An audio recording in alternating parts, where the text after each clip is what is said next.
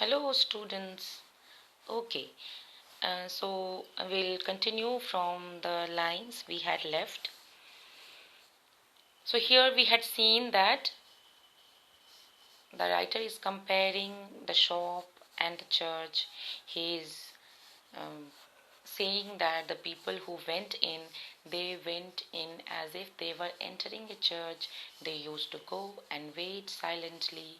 They did not make any noise there. And then the man who is the main character of the story, that is Mr. Jessler, he comes, and then we see that he does not even have money for a coat in that chilly weather, and he is there without a coat. He just has a leather apron which helps him in working. So from here we'll start, and I would say, how do you do, Mr. Jessler? Could you make me a pair of Russian leather boots? So now he places his order that he wants a pair of Russian leather boots. Without a word, he would leave me retiring whence he came or into the other portion of the shop, and I would continue to rest in the wooden chair, inhaling the incense of his trade. So when the writer goes there and orders for a Russian pair of boots, the man does not say a word. He just turns back and goes somewhere inside the shop. And till then, waiting for the German bootmaker, waiting for Mr. Jessler, the writer sits there and he says, and I would continue to rest in the wooden chair, inhaling the incense of his trade. Here again, you will see that the writer is comparing church, which is very pure, very auspicious. He's comparing the smell of leathers in that boot shop with incense sticks, which we use for gods. Inhaling the incense of his trade. And his trade was what? His trade was leather boots, making leather boots.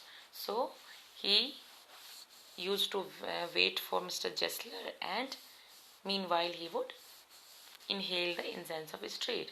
Soon he would come back, holding in his hand a piece of gold brown leather. With eyes fixed on it, he would remark, "What a beautiful piece." So here see, he is again using "der" for "ter" and "ber" for "per."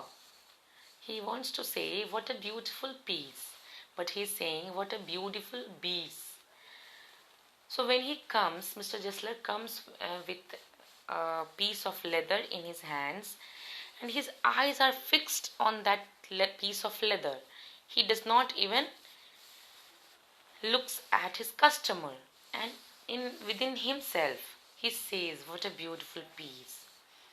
When I too had admired it, he would speak again. "When do you want them?" Then he would ask, when does the writer wants his shoes? And I would answer, "Oh, as soon as you conveniently can." So there is no hurry. You can take your time, and whenever you are convenient with it, you can give it to me. And he would say, "Tomorrow fortnight." I hope all of you understand, for fortnight, it is a period of 15 days. So the shoemaker says that I give it to you tomorrow fortnight. That is, from tomorrow, within 15 days, I'll give it to you. Or if he were his elder brother, I'll ask my brother. So his elder brother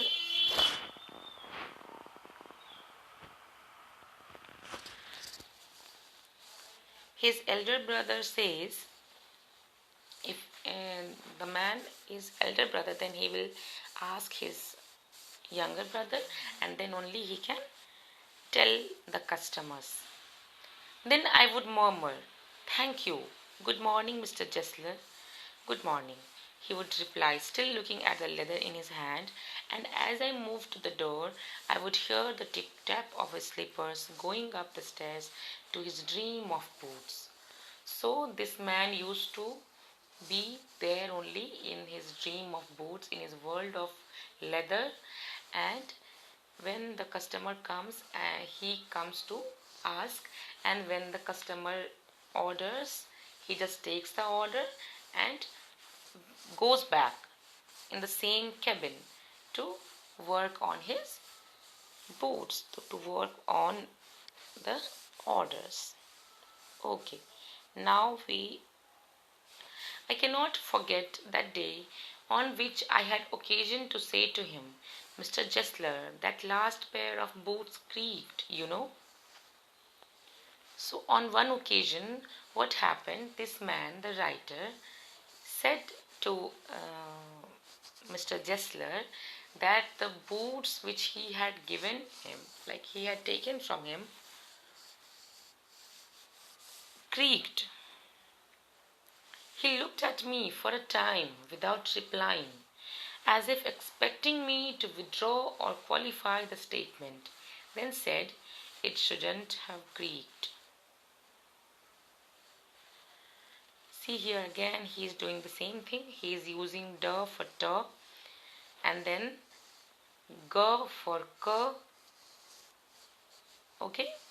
So he looked at me for a time without replying, as if expecting me to withdraw or qualify the statement. So the thing is here that this man, Mr. Jessler, is not ready to accept that the boots which he has made can ever break, can ever creak. So he is just silently looking at the writer, and then there is, what we can say. So he is not able to believe him, and he is looking at him with such eyes as if he wants him to change his statement, withdraw his statement, or at least qualify it. Then said, "It shouldn't have creaked." "It did, I'm afraid." Then the writer says, "No, it creaked. I'm sorry, but it creaked. You got them wet before they found themselves." He says that you got them wet before they found themselves.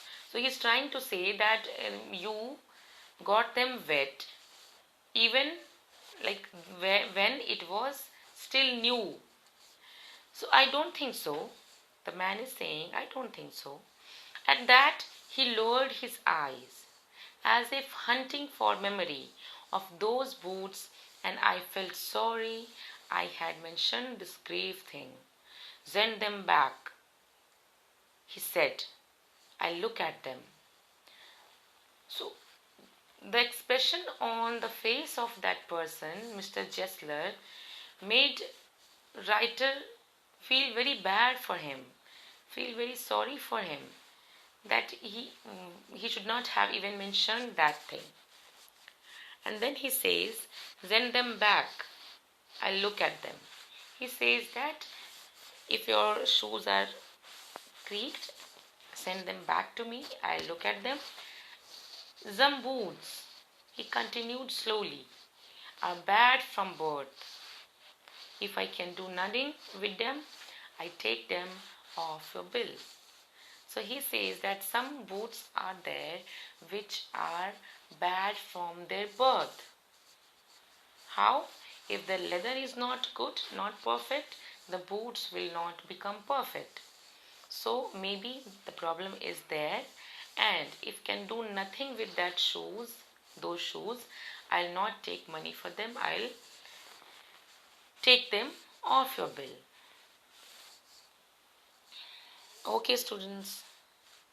Bye for now. I'll take another video to complete this story.